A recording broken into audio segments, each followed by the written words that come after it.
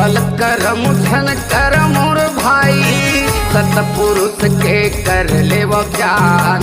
गुरु सेवा माची उतर जाही, मिल जाहीगा सत के ज्ञान।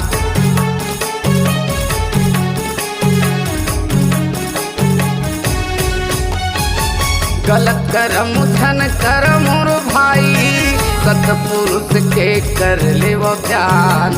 गुरु सेवा माची उतर जाही, मिल जाहीगा सत के ज्ञान। बन के का ठिकाना लगे है या ना जाना, बन के का ठिकाना लगे है या ना जाना।